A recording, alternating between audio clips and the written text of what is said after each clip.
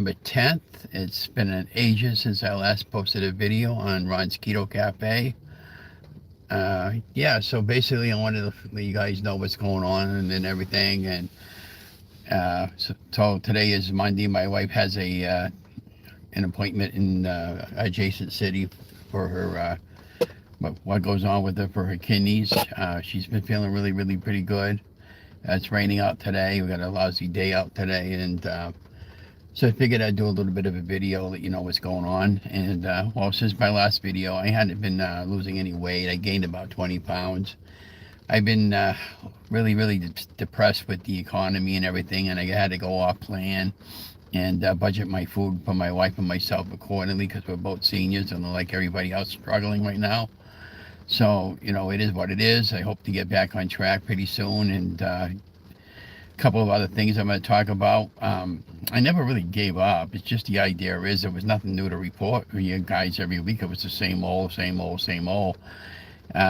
So the last time we talked to each other over here on my YouTube channel, I was working at Marshall's. I left Marshall's about 2 months ago. I was there almost a year. I never missed any time while I was there. I always made my shift, and never, I was never late. I never overextended my breaks, and I gave a proper 2 week notice.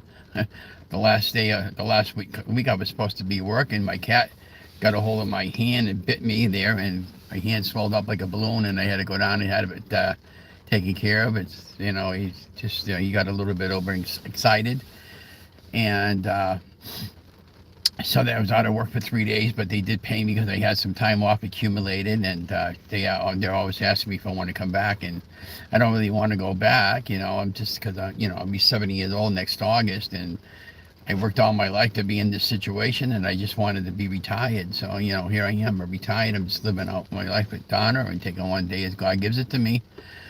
And other thing I had going on at the time I was working at Marshall's is I wrote a book. It took me about several months to do the book. It's called Changing Times. It's a photo book from the city that I live in from 1872 to 2025, a comparison of all the retail and different places we have here in our city with a brief subject above each photograph and who took the photograph. And it took a tremendous amount of time from me, and I was able to complete it until I finished it this past week, and it's going up to the local high school for print because it'll save me a lot of money on the labor costs. They won't charge me anything for labor, just for the materials. And so I'm not sure what we're going to sell the books yet until I talk to the director at the high school and talk to the members of where I volunteer from. And when I do an updated video later on down the road, I'll have that information. So if you want a copy, I'll be happy to mail you one, but you'll have to pay for shipping and handling. And the price range, I was hoping to get it down to about $20, but it might be 25 or 30. I don't really know. And until we talk, we're going to have a group meeting about it, and we're going to have to talk to the director about that and see how it goes with everything. But I never did a book before in my life. I left school when I was 15. I got my college education years later, and I feel very blessed that I've been able to do a book. And so on my Facebook page, my regular page, I have I have 5,000 followers that follow me. I mean, I got one guy, he's a local businessman. He already told me, Ron, when you get it done printed, I'm gonna order 50 copies from you for my business. He's a real estate agent. And I had one guy ask me this morning, he said, Ron, I'd like to get 7 copies from you when you get it done, because he has a lot of family members, I'm gonna mail the copies to people that don't live locally. I'm probably gonna charge 10 for shipping and whatever the price of the book is, and I'm not giving the books away, and the books they're going to all be in color. We have photographs we had from 3 different local photographers from the 1872 time frame to about 1960 time frame, and then I got some later ones between the 70s and 2000s from the local historical society, and the ones that we had on our file. And they're really beautiful photographs. I try using AI to bring them up to life and recolorize them, but AI didn't quite get the photograph just the way I wanted it, and it would do something wonky with the spelling. And I can't have that photograph. That's unacceptable. So all my photographs that are in the book, except for maybe one that could have been AI, the rest of them are technically AI because I restored them all in Photoshop and in Adobe Lightroom. And I was bringing the if the color was if the previous photograph was black and white, I left it black and white, and then I just kind of like brought it to life by getting rid of the distorted. It might have been a lot of haze in the photograph and some scratches and stuff like that, and I cleaned them all up in Photoshop. I recrop them and make sure they were going in the right orientation, and so everyone. So I have like 13 sections in the book, and like one of them is our historical district and business retail. I have a place called French Hill because this French Hill. We have a little paragraph of explaining to people what French Hill was, when it started, and basically people were coming down from Canada, setting up shop in our city, and then they were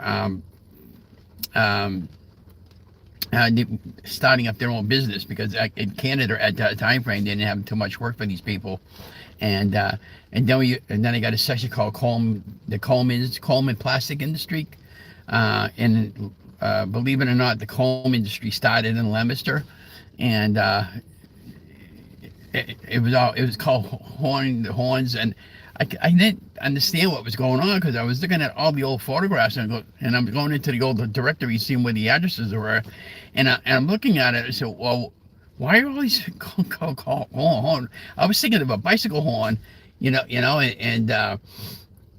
it was a bicycle horn. The horns, the early plastic industry was made with, a lot of them were made with turtle shells and stuff like that, and some ivory, in some cases with ivory, like elephant's tusk and stuff like that. And so it was pretty interesting. Cause I got a section of that. The business retail, that probably was about 250 pages, actually I'd say about 150 pages just in the business retail section. I got a section for diners and restaurants, worship, places of worship, the schools. On our school section, I had 22 locations of the schools, the different schools we had, and I found some old photographs from the early 1870s of photographs of the schools. They were pretty cool. And in our city, I don't know about where you guys are from, but in our early school history, we had schools that were numbered number 1 through number 8. And then they started actually naming the schools after people, and when the schools were getting erected in the early 1900s. And I was so lucky to come across all these photographs, and it took a lot of toll. It took a lot out of me to get all this together. I was spending hours a night not sleeping, working on the project. Times I thought I had it done, and I hired a professional proofreader and a editor for me, and anyways, we got it all done, and that was the biggest time consuming, was the editing part, because I don't want to put out garbage, and I wanted to get a table of content in it, on the pages, and a section page, and then the acknowledgement page, and then who's printing the books for us, and then a thank you thing at the bottom at the end. It's not going to be a barcode on it for that type of sale, at least not right now. But later on down the road, that could be a possibility. But I want to see how the initial first couple of prints are going to go as far as selling them goes. Now, I used to do a lot of filming for the city, and so when I worked at Marshall's, what was also, before you could talk about that, in that particular plaza there, it had like iPoddy, Blockbuster Video, Staples, and another place called A&P Grocery Store, which was Atlantic and Pacific, and that grocery store went out back in the 1960s. Well, I had all photographs of that, and inside all those places, right? So when I was working at Marshall's, I took a whole new series of photos and I paired them all up, so I got a whole section before Marshall's, and it's pretty interesting. And then every day I'm getting requests for blogs, and because people are getting excited about it, and I was again, it took this really toll on me, and I was doing like a lot of filming for the city of Leominster, and I talk about how on the About page how I got a movie theater documentary award for the Leominster local access station. I spent hours on that project with a girl by the name of Karen, and her and her family literally owned the studio industry in Leominster back in the early 1900s. In fact, everybody thinks the movie industry started out in Hollywood. It didn't start out in Hollywood. It started out in Leominster. Albert Hitchcock came into the city. Most of you might be familiar with him. Presented her mother a big bouquet of flowers, and because she had at one point she had about a half a dozen movie theaters in our city there, and she gave me the complete history of the movie theater in Leominster in our city. And I later found out we had at one the amount of theaters we had over the course of our history, we had as many as 14 movie theaters in our city. And the earliest one I found was in one of our local parishes that had a movie theater in that particular theater. And that parish at the time, before the current parishes there, they tore that old parish down and built a new one right over it. And that was a fun project for myself and that I done with her. And I didn't realize at the time, and then all of a sudden I got a call from the studio, and they gave me a monument award and for the Hall of Fame, and they gave me the theater thing there. And then, of course, I won the Citizen of the Year in 2018, and that's all in the book over there about the author. And the many thank yous that I'm thanking everybody for helping me write the book. And again, it was a lot of work, and that was another reason why I needed to take a break from YouTube, and I needed to just take a break from a lot of the city activity that I was doing. And so it's been a fun project. I'm going to get back on keto again, because I gained a significant amount of weight back, and health-wise I'm fine. Donna's okay other than the kidneys. And I still got the crazy cat, and sisters are okay. Everybody's been fine. I get up every morning and I pray. I thank God I got to see another day. I've been late, not lately, but I have been in the past, and I still do. I pray over my food. I pray over my water, my drink, my coffee throughout the day. That I have a good day. And so, no matter what happens, if the good Lord wanted to take me right now, I'm fine with it.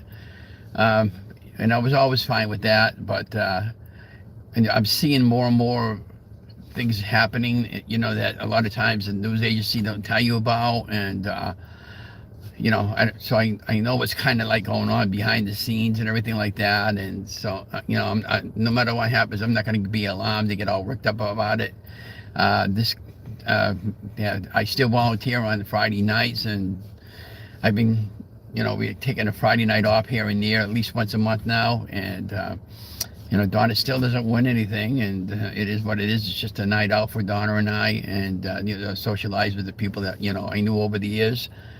And they all talk to me at the bingo. And we have a church fair this Friday night and Saturday, so I'm gonna volunteer probably both days.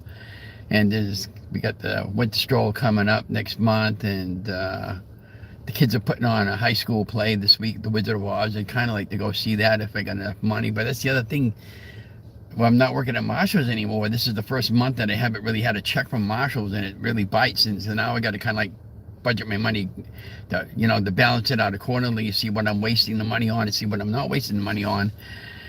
And speaking of that, the book that I did, it's all nonprofit. I don't get paid for that. I just did it because it was a project for me that I wanted to do.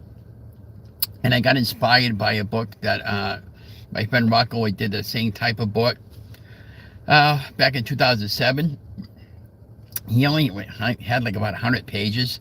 I ended up doing 400 pages. So I got like over 600 photographs in the book. And so you figure, like, even if there's like 600 images, that's at least 300 stops that I had to do to get the current location photographs. And many of those photograph locations, I went on 3 or 4 or 5, sometimes as many as a dozen different times, that I would be happy with the current photograph. And a lot of walking, a lot of driving, a lot of coffee stops along the way. And it was a fun project for me. I just enjoyed doing it. And when I post another video later on in a month here, when I get the book, I'll show you what it looks like online with a few photographs behind me. And I don't have Filmora anymore. I couldn't afford it. Photoshop, and even I'm using a program called Canva, by the way. Those thumbnails that you were seeing me put up, I got involved with a free version of Canva, and I was creating a lot of these nice thumbnails. And then I wanted the paid version because now I could have done more with the thumbnails. And then I realized afterwards, well, geez, on Canva, I could do a book on Canva, and I created my own. It had templates for that, by the way, and I created my own template, and I was doing it that way because you can put nice these little fancy frames up there, drop your photographs right into the frame, and you don't have to. It doesn't distort your photo when you try to scale it up or scale it down. You can move your photograph anywhere on your page and add little sticky notes to it or whatever you want. All kinds of varieties of different fonts to use. You can even animate your photographs and do it that way as well. So when I get this all done, I might do a Kindle. I might send off the entire project over to Amazon and let them set it up into a Kindle version where you can get it online. And so I might have my friend Mark help me with this. He's a local attorney, and he's also an historian at the Historical Society. And he's an author. He writes 16 books already. And I had to ask him what's legal for this and what's not legal for me, because I didn't want to get myself in trouble. And so I can't take any money from this because it's all nonprofit, but I was just glad to put it together because I wanted to see where I could go with the book file and how long it took me to get it. Again, it took several months and many sleepless nights, and I didn't really mind. And I got some aerial photographs in there from we had another local photographer that was flying an airplane in the 1930s and 40s, going out through the entire area throughout Massachusetts and Maine and Vermont and those areas. And he had a huge camera underneath the plane, and he would take a lot of aerial photographs. And we have them all, and some of those are in there as well. And we actually have the camera that he used, and the family donated all that to us. It's pretty cool. And I've been, and one of the photographers, his name was Percy Johnson. I know a lot of you guys are not familiar with his name. That family gave us all his collection. His collection was all in these slides. They were glass, and you'd have to use a nice pair of white gloves, put the glass on a scanner, on a high resolution scanner, scan it at about 1200 resolution, and it would take a snapshot of the image on the scanner on the glass, and then you'd bring it up to the editing program and do whatever you needed to do to edit it and identify what the photograph was and organize the photograph accordingly, for our future archives. Well, with that particular photographer, his son there gave us all his photography equipment that he had, the wooden tripod, which I picked it up the other day, and he goes, oh my gosh, this thing was heavy, and solid maple wood, and the camera was a really big box camera, and it had one of these metal plates, and it had one of these drapes over the thing that you put over your head, and even the camera itself was really heavy, and actually bring that out on location with a half a dozen slides. And many of those early photographers, they did their own developing themselves, and the process was very, very probably very, very expensive. And many of those local photographers did their own developing themselves because they couldn't afford to go and have somebody else developing for them. And so we're fortunate enough that, because I can still remember the old Polaroid days where you used to put a flash cube on the thing and snapshot and get four flashes and for the prints, and then you would get like remember the Polaroids would come out and the thing was already instant already. After about 2 or 3 minutes, you'd wait for your photograph to develop, and even before that, you used to have to go bring it to CVS or someplace like that did developing, and then you got your prints back about a week later. But now we're lucky because now we get the age of our cameras that, our mobile cameras, it takes really marvelous photography with it. And you can edit your photographs right on your thing over there. And I also use something called Canva, but Chat GPT. It's an AI editing program. It's free. You'll load up to 10 images a day. And then if you want to get the paid version like I did, you unlimited on the app. But the only thing I don't like about it doesn't always get the people 100% right. It's about maybe 90%, and even less with the print. So if you got something like we have a lot of photographs that have print on it, and I can't use those photographs with that program because it does something wonky with the print. So I avoid those photographs, and those photographs to clean them up in Photoshop.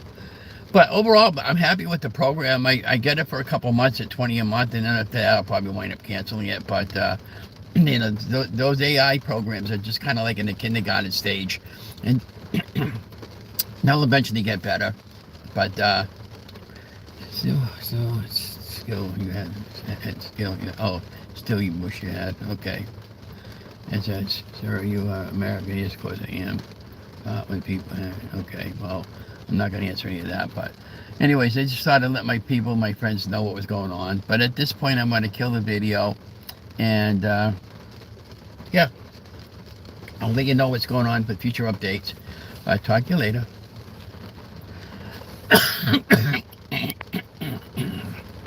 My mind.